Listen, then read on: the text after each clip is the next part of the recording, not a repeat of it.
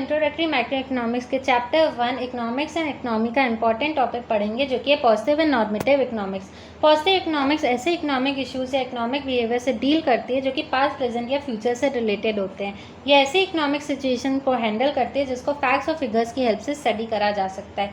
ये किससे रिलेटेड होती है कि व्हाट वॉज क्या था, व्हाट इज क्या है, व्हाट वुड बी क्या होगा। ये कुछ ऑब्जर्वेशंस हैं।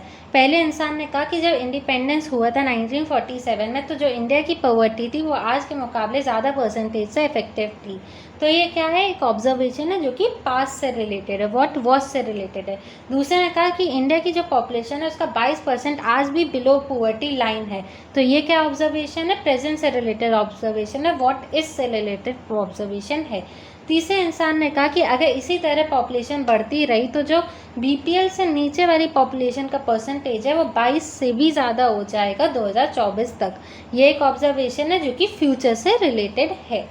अब हम लोग जानते हैं कि जो पॉजिटिव स्टेटमेंट्स हैं उसकी कैरेक्टरिस्टिक्स क्या होती हैं। पहला तो ये किसी भी इकोनॉमिक प्रॉब्लम का नेचर या एक्सटेंट बताती हैं, या फिर पीपल जो हैं उनके इकोनॉमिक बिहेवियर को एनालाइज करती है पास्ट, प्रेजेंट और फ्यूचर से रिलेट करके। सेकेंड है कि जो ये स्टेटमेंट्स होती है फैक्ट्स और फिगर्स पे बेस्ड होती हैं जो कि पास्ट, प्रेजेंट या फ्यूचर से रिलेटेड होते हैं। तीसरा है इसको वेरीफाई करा जा सकता है कि ये सही है या गलत है। चौथा है कि इसमें किसी भी इकोनॉमिस्ट का पर्सनल ओपिनियन या वैल्यू जजमेंट नहीं होता है, कोई डिबेट और कंट्रोवर्सीज इसमें नहीं होती है, तो सच होता है या झूठ होता है।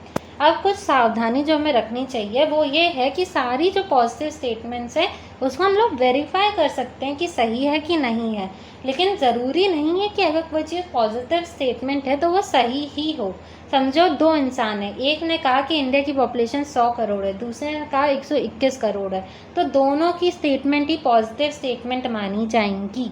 पर एक की स्टेटमेंट गलत है, जो पहला वाला है उसकी स्टेटमेंट गलत है और जो दूसरा वाला है उसकी स्टेटमेंट सही है। तो ये एक इम्पॉर्टेंट पॉइंट है कि जो पॉजिटिव स्टेटमेंट होती है वो राइट या रॉन्ग दोनों ही हो सकती हैं और उसको हम लोग वेरीफाई कर सकते हैं।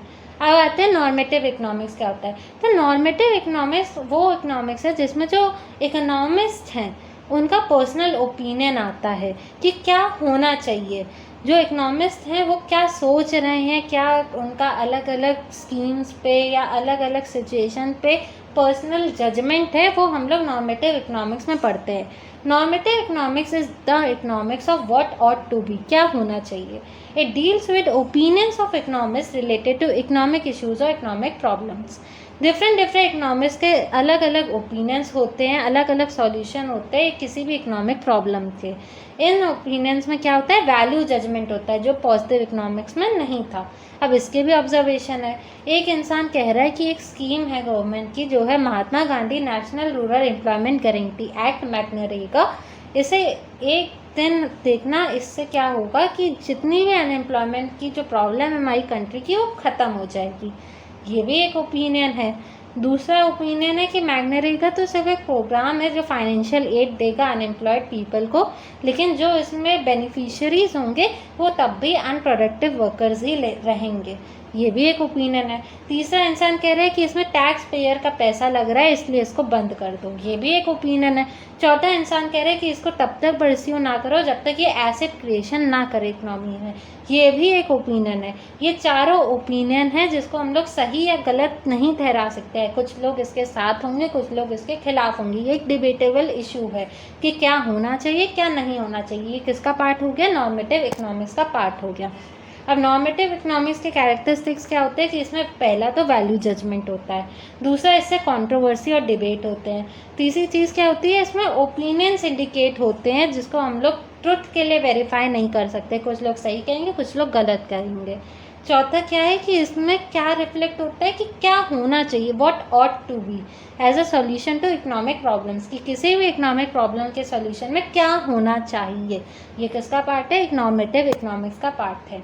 अब इसमें भी हमें एक कॉशन देना है, एक सावधानी रखनी है कि क्या होना चाहिए। ये किसी भी इंसान का पर्सनल ओपिनियन है, उसका पर्सनल जजमेंट है।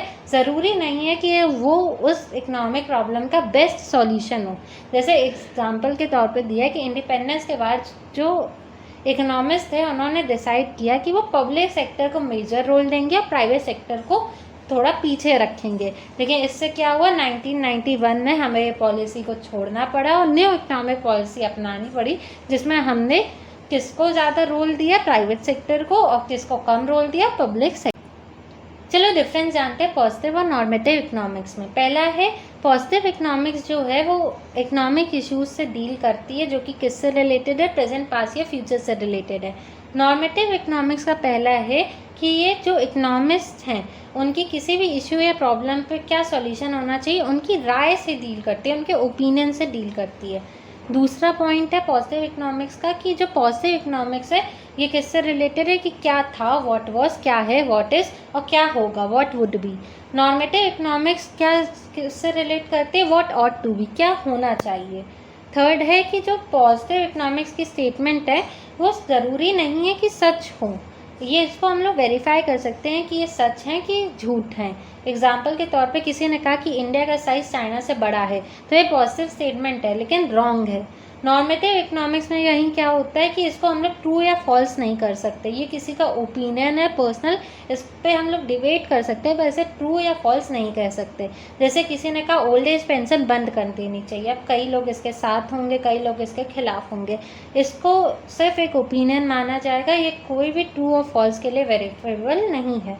चौथा पॉइंट भी यही है कि फैक्ट्स और फिगर्स जो पॉजिटिव इकोनॉमिक्स में है उसे हम लोग वेरीफाई कर सकते हैं, पर नॉर्मेटिव स्टेटमेंट्स को हम लोग वेरीफाई नहीं कर सकते। पांचवा और लास्ट पॉइंट है पॉजिटिव इकोनॉमिक्स में वैल्यू जजमेंट नहीं होता है, पर नॉर्मेटिव इकोनॉमिक्स में वैल्यू जजमेंट होता है। साथ ही टॉपिक खत्म होता है, आगे के टॉपिक हम लोग नेक्स्ट पार्ट में कवर करेंगे। तब तक के लिए थैंक यू एवरीवन।